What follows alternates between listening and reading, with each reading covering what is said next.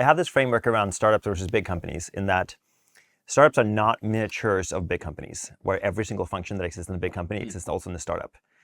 In fact, most things that big companies have, there are no equivalent in a small startup. Startups only exist to reach product market fit. Like until then, nothing else really matters.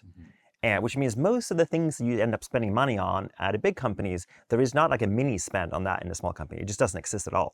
When startups get funded, every single dollar and every single energy effort should go towards trying to find product market fit, which usually is the 2 founders or the 3 founders, their computers, their apartment, and maybe one more engineer who's also probably an engineer that you hire. Like that's basically it. There's like really nothing else that goes into this. When I see people making mistakes, they're looking towards the bigger companies, the enterprises or whatever, and they're like, well, if I had this and this and this and this, I am now feeling more validated that my company is more grown up because it feels like a bigger company and I have some of these functions that bigger companies have, even though you don't really need it, like an office or ads, or like you have people in departments they don't need. It makes you feel better more than it actually makes any difference whatsoever.